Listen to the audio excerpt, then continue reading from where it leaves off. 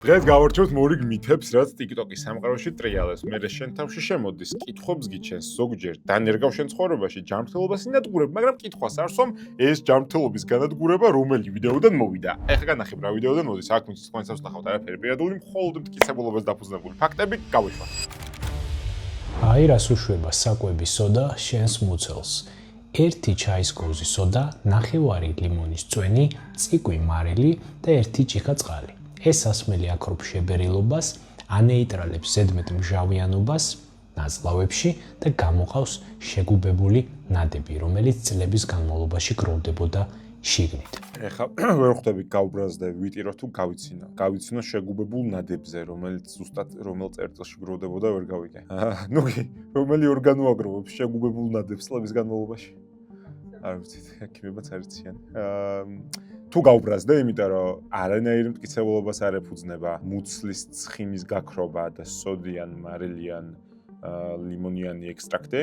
თუ ვიტირო, იმიტომ რომ 14 წლის პოტკუნა თორნიკეს ესეთი ვიდეო შეხვდა და მაშინ ვიდეოები არ იყო, მაშინ პოსტები იყო, არ ვიცი რაღაცა დიეტაჯის ან რაღაც მსგავსის და დაიწყო განწირულმა მცდელობა წონა დაიკლო. დაახლოებით 2 კვირაში დილით უზმოთ რომ გულძმარვით გაიღვიძა, მე გავუჩნდა კითხვა რაღაც და არასწორად ხო არ ვაკეთება. და ნეიტრალებს აგრესიულ გარემოს, ლიმონი ასტიმულირებს მონელებას, მარილი კი გეხმარებათ ზედმეტი სითხისგან განთავისუფლებაში. რომელ სამყაროში გეხმარება მარილი ზედმეტი სითხისგან განთავისუფლებაში? აი, უბრალოდ არ მგერა. ვიდეოებს დასაწყისში ყოველთვის ეხლა მე პირველად უყურებ შენთან ერთად და ვცდილობ ხოლმე რომ ესე თავი შევიკავო. მაგრამ 20 წინადადებიდან ერთი მაინც ხო შეიძლება გონებრივ აზრთან რაღაც common sense როგორ არის საზოგადოდ გავრცელებულ სწორასთან ახლოს იყოს. ზედმეტი მაქვს საუბარი ნუტრიციოლოგიის მეცნიერებაზე. აი არ შეიძლება ესე რა. და ამ ვიდეოს აქ 22,000 მოწონება, ნახვა რამდენია, კაცმა არ იცის 6,000 გადაშიარება. და ეხლა როგორ დავიჯერო რომ 21,000-ვე ირონიულად დალაიქებულია და 6,000-ვე გადაზიარებულია მეგობართან, ნახე რა სისულელესი ძახისო. ხო არ არის ეგრე. და ნახევარს ხო მაინც ჯერა. ხო დაიწყო ნახევარმა და ამოიყიდა ალბათ სოდა ნიკორაში აღარ არის, ვეღარ ვიშოვით. არ შეიძლება ესე. არანაირი ჯადოსნური ელექსირი, რომელიც კვირდება დილით უზმოდ ცხიმის წვას, მათ შორის არც ვაშლის ძმარი, მიუხედავად იმისა, რომ ესოხერი ვაშლის ძმარს რაღაც სარგებელი მაინც აქვს. ანტიბაქტერიული აგენტია, გლუკოზის მეტაბოლიზმის მეხმარება, მაგრამ ცხიმს არ წვავს. სოდიან, ლიმონიან, მარილიანი წყალი, კიდევ უფრო მეტი სისულელეა. საზიანო აბა რა არის უზმოდ. სოდა, გავიგე, სოდა არის ნატრიუმის ბიკარბონატი. თავისი ფუნქციით სოდა, ნატრიუმის ბიკარბონატი პროფესორად, არის ბუფერი სისტემის, მჟავატუტოვანი ბალანსის დარეგულირებაში ეხმარება შენს ორგანიზმს, რომელსაც ზიანს აკეთებს. ნატრიუმის ბიკარბონატი, სადაც განხილული გვაქვს ნუტრიციოლოგიაში, ეს არის მაგალითად პრეორქაუთული დანამატი, ანუ ვარჯიშისწინებელი დანამატი, რომელიც ახანგრძლივებს პერფორმანსს. ლიმონი არანაირი ეფექტს არ გაძლევს, გარდა იმისა, რომ ელექტროლიტების წყარო შეიძლება იყოს და მარილი კიდე წყალს კი არ გდევნის ორგანიზმიდან, პირიქით აკავებს.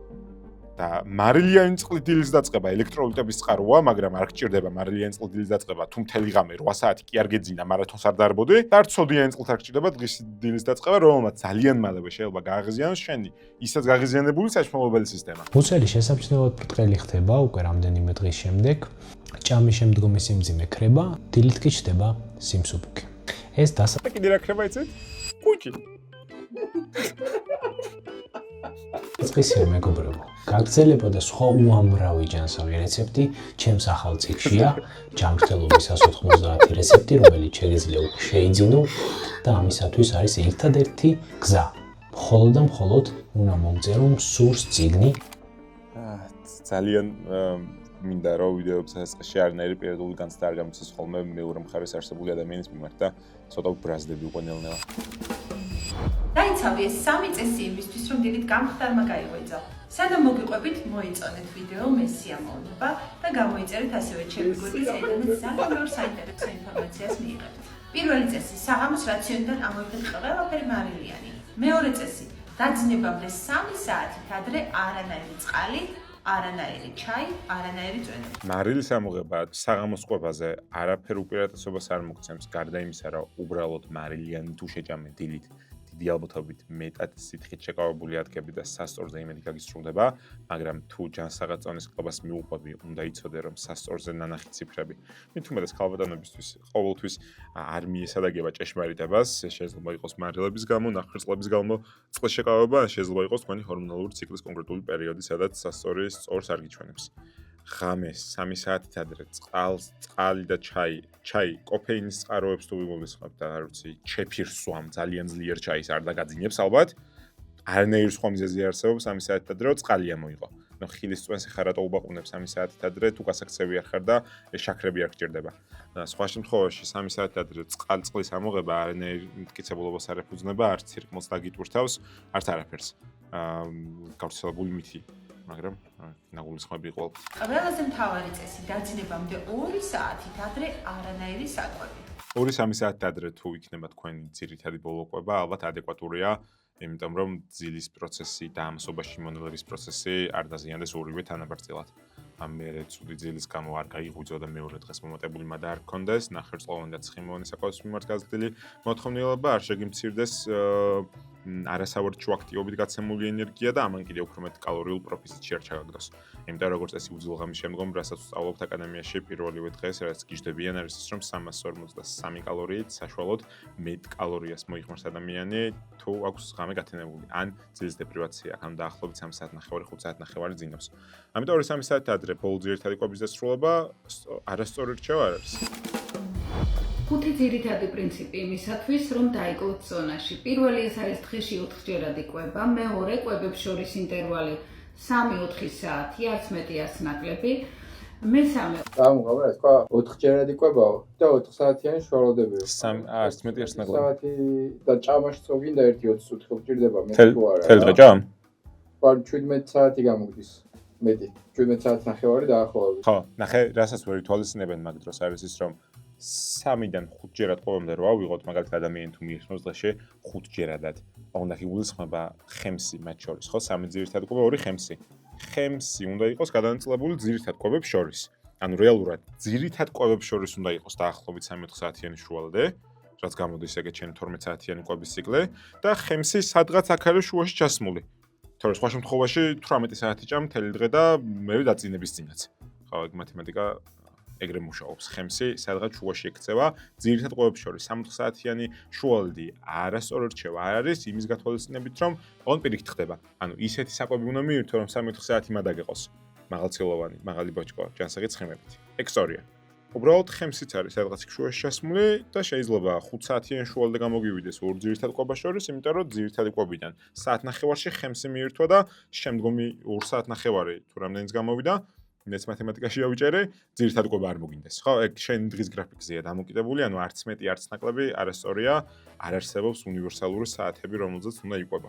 დაძინებამდე 2-3 საათი ადრე დაიმახსოვრე, გაღვიძების მერე როგორც შენ გრაფიკს და ჯანმრთელობა სჭირდება, ისე მოიქეცი. 20 წუთი ჭამამდე და 20 წუთი ჭამის შემდეგ არ მიიღოთ სითხე. ხო, აი ხა ეს არის ერთი ძალიან დიდი მითი, ჰიდრატაციის თავში პირველი ამიც გავაქრობთ ხოლმე აკადემიაში. აზრი რომ კვებასთან ერთად წყლის მიღება ანეიტრალებს ფერმენტებს და საკვების გადამუშავებას უშლის ხელს არასწორია. იმიტომ რომ თავი კითხვა უნდა ვსვათ მე აბა წვნიანი რა არის უხერი ამდენი ხანის განმავლობაში ოქროს სტანდარტად რო იყო მიჩნეული ჯანსაღობაში. რა არის წვნიანი თუ არა წყალი და საკვები ერთად. და რატო არის მაშინ წვნიანი ჯანსაღი და რატო არის წყალი და საკვები არა ჯანსაღი. საბოლოო ჯამში მივედით იქამდე რომ ჯანმრთელი საშუალებელი სისტემა თუ არ გაქვს გასტრიტი, ეროზია, წყლულები, თვითონვე დააბალანსებს მიღებული სითხის მერე განეიტრალებულ როგორც მჟავიანობას წყალბადით და აშქლორის გამოყოფით და ფერმენტებს. ჯანმრთელი ადამიანისთვის წყლის დაყოლება კვების პროცესში პრობლემა როგორც წესი არ არის, თუ რაღაც გადაგწდა წყალი დააყოლე, უბრალოდ ყოველი ლუკმის მერე ერთი ჭიქა წყლის ჩაცლა არასწორი კვებით იქცევა და ამასობაში გაზრდის კუჭის მოცულობას ამასობაში პირიქით შეიძლება ნაადრევად დაგანაყროს. ჭირვეული მჭამელი თუ ყავს და ყოველი ლუკმის მერე წყალს მიეტანება, ის კვადრატული სანტიმეტრები, რომელიც გვჭირდება მის კუჭში, რომ ნუტრიენტებმა დაიკავოს, დაიკავებს წყალი. ამიტომ კვების დროს წყალი უნდა იყოს არა ჩვევა და აუცილებელი თანდართული ნაწილი, არამედ უბრალოდ შესაძლებლობა. თუ მომინდა, დამჭირდა, სხვა შემთხვევაში არასწორი არ არის 20 წუთით ადრე 20 წუთით მერე წელს დალევა. უბრალოდ შუალედში პურით თუ გადაგცა, თავს ნუ მოიკლავ ეხოწები ხო რა და მე მგონი სამედიცინო მუშაკია ეს ხალბატონი და გიშვედეს. 4 წელს ვამთ მთელი დღის განმავლობაში ნელ-ნელა და იმდენს რამდენიცაა თქვენი წონა გამრავლებული 3-ზე. აი მაგალითად თუ იწონით 60 კილოს, დალევთ ლიტრა 800 გრამს. პირველი 3 კვება ჭამეთ რაც გნებავთ, მაგრამ მეოთხე კვებაში არის შეზღუდვა და არ მიიღოთ ნახშირწყლები, ტკბილი და ცხენი. ესეთი უხეში რჩევებია, რომელსაც ბევრი საგამონაკლისი გვაქვს. ჰიდრატაცია, სწორია, ალბათ ადეკვატური იქნება თუ შენ წონას გამრავლ 0.3-ზე, 0.33-ზე უფრო სწორი იქნება და მიიღებ ლიტრას, რამდენი სითხეც გჭირდება დღის განმავლობაში და აქ არის ძალიან დიდი მითი. ისევ ჰიდრატაციაში ვართ. ეს კალკულაცია ეხება სითხეს. შენი წონა გამრავლებული 0.33-ზე, რაც არის სითხე. რაც ნიშნავს, რომ 100 კილოგრამ ადამიანმა 3.3 ლიტრა სითხე უნდა მიიღოს დღის განმავლობაში. და საიდან იღებს სითხეს? წყლის გარდა საკვებისგან. ხილით და ბოსტნეულის მდიდარი დიეტა თუ გაქვს დაახლოებით 20% ივსებ სითხის ბალანსით. თუ გაქვს დიეტა, რომელიც ძალიან წვნიანებით იშვიათად, მაგრამ მაინც.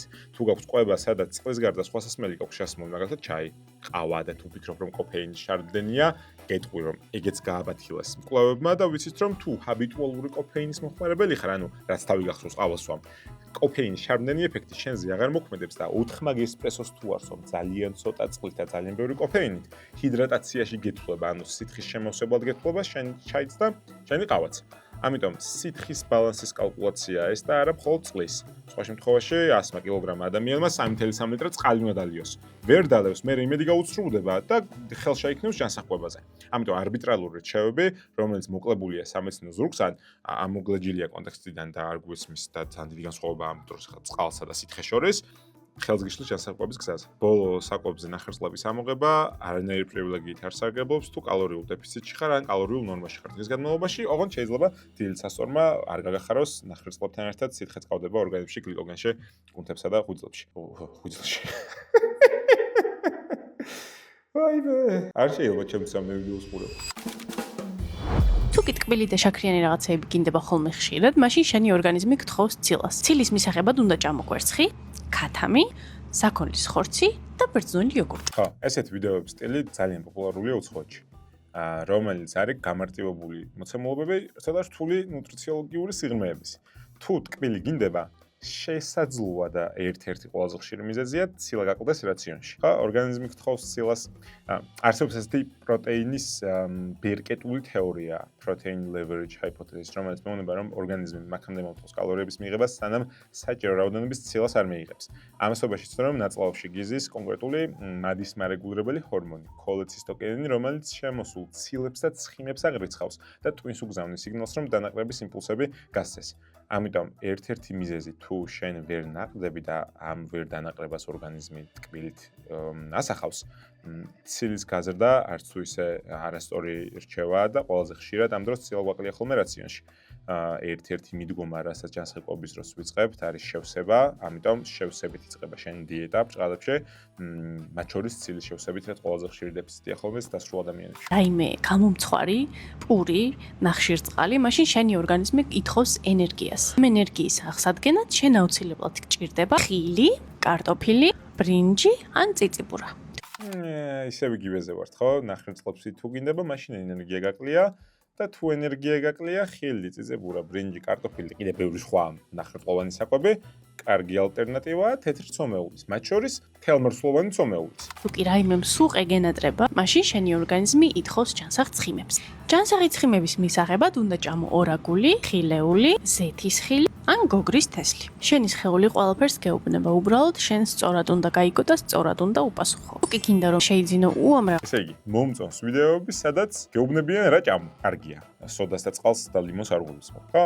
არაფერი მირჩია, გარდა იმისა, რომ მირთვი ჯანსაღი ცხიმები, თუ ცხიმიანი გინდა, მირთვი მაღალი ცილა, თუ ტკბილი გინდა და მირთვი თელმრცლოვანი პროდუქტები ან ჯანსაღი ნახშირწყლები, თუ ცომეული გინდება. ჩვენი რჩევებია, გასათვალისწინებელია, არასწორია თუ ეს გაკლია, მაშინ ამას გთხოვს, უბრალოდ თუ ამას გთხოვს, მაშინ ეს გაკლია. აი ესეთი პიკაციზმს უწოდებთ, ეგეთი ცოტა რამეა ცარცის ჭამასთან დაკავშირებით, მაგალითად, როცა ორგანიზმს კონკრეტული ნუტრიენტი აკლია, ვიტამინი ან მინერალი და მაგის მოთხოვნილება სხვა რაღაცაში ეძებს, მაგრამ ეს საკმაოდ ლოგიკური რჩევაა და ყველაფერი ჯანსაღი რაც ჩამოთვალა, მივირთვით, რაც შეიძლება მეტი. აჰა, შერი.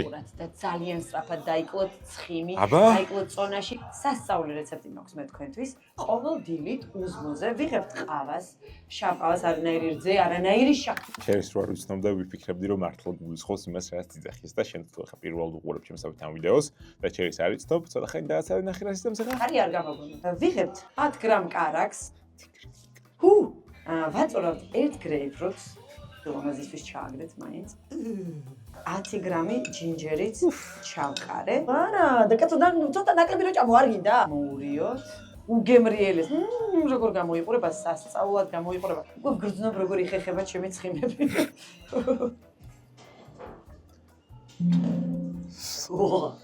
და დაიკლებ 10 კილოგრამს თვეში. ტრაკი განძი. ხა, აქ ჩერი ვისაც აჯავრებს არის ერთ-ერთი ვაჟბატონი, რომელსაც კარაქიანი ყავა ძალიან უყვარს თავის წონის კლუბის პროგრამებში. კარაქიანი ყავა, რომელსაც არის გადმონაშთი კეტო დიეტიდან. რეალურად ქოქოსის ცხიმის გამოყენება ხდება ხოლმე, MCT oil-ი არის ყავაში, კეტო დიეტაზე ვინც არის დილით.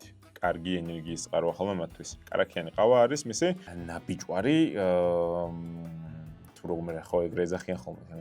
აი რო არ გინდა რომ მოუარო, მაგრამ მაინც რო შენია, იაფი ალტერნატივა, კარაქი და ქოქოსის ცხიმი ნუტრიენტულად ცხიმია ორივე, თუმცა ნაჯერ ცხიმებთან ერთად ქოქოსი MCT-ს მაძლევს, რომელიც სრულიად განსხვავებულ მეტაბოლიზმდება ჩემს ორგანიზმში, მით უმეტეს, როცა კეტო დიეტაზე ვარ, მაშინ მჭირდება ეგ ყველაფერი.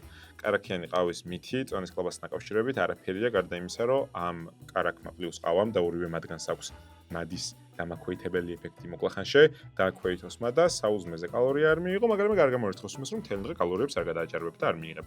კარაქიანი ყავა, რომელიც მათ შორის მეც მიცდია, უფრო სწორად მიცდია ქოქოსის კარაქიანი ყავა, ან MCT-ის ზეთით. იყო პერიოდი, როცა ვიღებდი, სადაც საუზმედი ძალიან გვიან და შეიძლება როცა და თუ დამჭირდა ვიცი რომ საუზმე გვიან მიწევს, არ ვიცი მოგზაურობ სხვაგან ვარ, მართლა ჩავაგდო კარაქი ყავაში. ოღონდ ვიცოდე რომ ეს არ არის არა წონის კლუბის გზა, არამედ გადავავოდო მადა და ამასობაში გადავავოდო კალორიების მიღება, იმიტომ რომ 3 საათიანი გზა მაქვს წინ. კოჩა ჩერის გაშარჟებისთვის ჯინჯერი და ჯინჯერი და რა ჩააყარა კიდე პორტოხალი რა იყო ის. ციტრუსი აღარ მახსოვს, გამომაშტერა ამ ვიდეოებმა და თქვენ რა მოგდით, წარმომიდგენია ესე 40 რო ხდება ღამე ძილის წინ. აი.